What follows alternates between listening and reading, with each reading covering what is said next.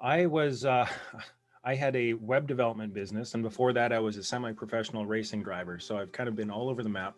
But I was tired of basically working for what I was increasingly seeing as a corrupt system, a corrupt health system and government system in Canada, where I didn't want to make websites for provincial governments anymore, and talking about vaccine programs for First Nations people, to be honest. And so I had a little bit of an awakening, and then that got me asking questions. What do I really want to do? Gave up my business and web development, and went to Maui for 3 months to have this crisis of what do I want to do with my life. Came back, and then I started hearing about these so-called smart utility meters and all the problems with them. This was back in 2011, and just felt to pursue that, even though I had no background in filmmaking. I've been kind of an activist at heart for a long time, and the filmmaking colleagues and teammates and experience came along the way of making the documentary Take Back Your Power. Wow. So, what was the central theme of Take Back Your Power? What was that about? Well, that was looking at smart meters again. So it's when I started to find out about the problems with health that people were having after the smart meters were installed, and all the concerns about privacy, about how governments and corporations now, like, that was kind of a turning point, because that was really, are we going to stand for the Fourth Amendment, which is the privacy of your home in the United States, and other constitutional rights in Canada? Do we have ultimate privacy when we're offline? So that's essentially, on the privacy side, that's what the smart meter examination is about, and I think that ties into a lot of the other technologies that have come through since. Can you explain what a smart meter is? Absolutely. So a smart meter is a utility meter on the side of your home, or in the metering room if you live in an apartment building or complex, that reads your usage of electricity. So, for example, until around 2010 to 2015, and some people still have them, there we had analog meters, which was a glass and metal device, like a bubble device on the side of your home. Has the rotating analog dial on it that reads total electricity usage. And you can see how it works. You can see it's electromechanical. So with smart meters, they read electricity differently. They're made of plastic and silicone components, electronic, and they pulse wireless radiation, and they have other negative effects as well. So, what were the concerns that the EMFs were a problem, or But is there also a privacy issue? So, can you tell us a little bit more about that? What we documented in Take Back Your Power, which is, we put it freely available online several years ago now. You can watch it for free at takebackyourpower.net. Was 5 areas of concern, of harm, really is a better word, from smart meters.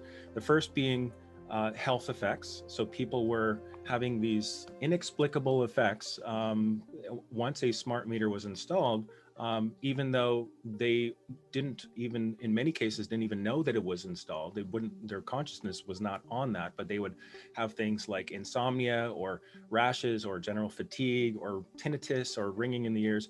And all of these symptoms that have been for decades actually associated with microwave illness, going back to even the 40s and 50s. And by 1972, there was 2,300 studies that a U.S. Navy report identified.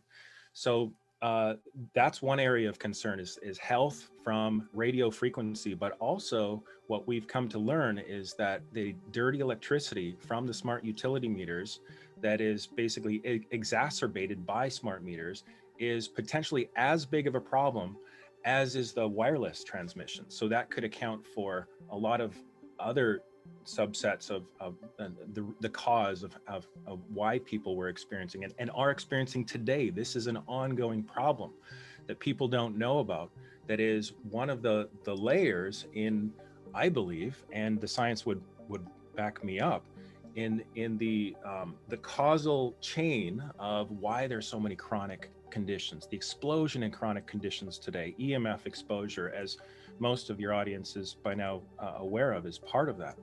So health is one concern, only one of 5 concerns from so-called smart utility meters. The second is privacy. They are designed to come in and harvest and communicate with other appliances and other things within your home, and then bounce that signal from house to house to house until it gets back to a piece of technology on a pole, or a utility-owned technology that then goes directly back to the utility.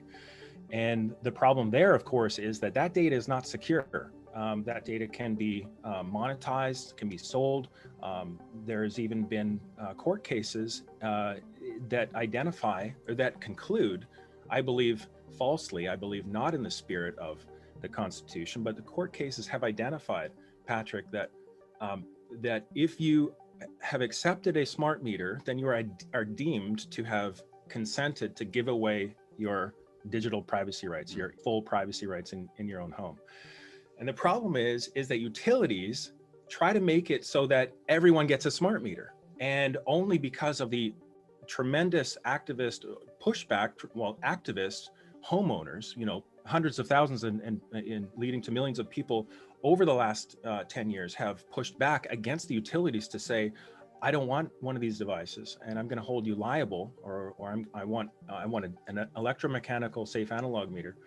Only because of that, utilities now mostly offer opt-outs. So that's one of the solutions that I would recommend for everyone watching this, is opt out of your so-called smart meter ideally for an electromechanical meter. Obviously, getting off the grid entirely is preferred, and we'll talk about that a little bit more later. But this is a starting point that we all can do, everyone who has an agreement with the utility. So the privacy is the second area. The third is hacking vulnerability. And obviously this is part of the greater context as well. When you have everything online, including the every aspect of your electricity supply down and into your home, and when the power in your home is shut off in the event of a catastrophic grid event, which smart meters facilitate. Smart meters actually do not function the same way as electromechanical meters do in the event of a grid failure. So in addition to the health effects, Patrick, there's privacy concerns and Fourth Amendment violations, clear violations in the United States and constitutionally worldwide. There's hacking vulnerability that was never there with analog meters, that is newly introduced vulnerability from smart meters. And there's a fire, smart meters cause fires, and this has been documented thousands of times. In our film, we go through examples, many examples of how smart meters have caused fires, and in many cases led to fatalities. Analog meters have never caused fires, and they're grounded in a different way. And the fifth area of concern is cost. So when people get upgraded from analog meter to smart meter, typically the utility bills go up from 10 to 30% on average.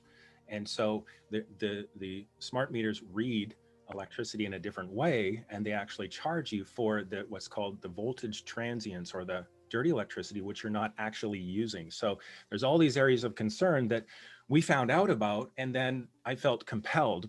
I got to make a movie on this. Thanks so much for being here and watching that video. And can I ask you to please subscribe to our channel so you can find out when we're posting new content. You'll be alerted right away when we do. To share this with people you think might benefit from the information, and certainly it helps us if you like the video. So if you like what you just saw, go ahead and hit that like button. And again, thank you so much for being here with me right now.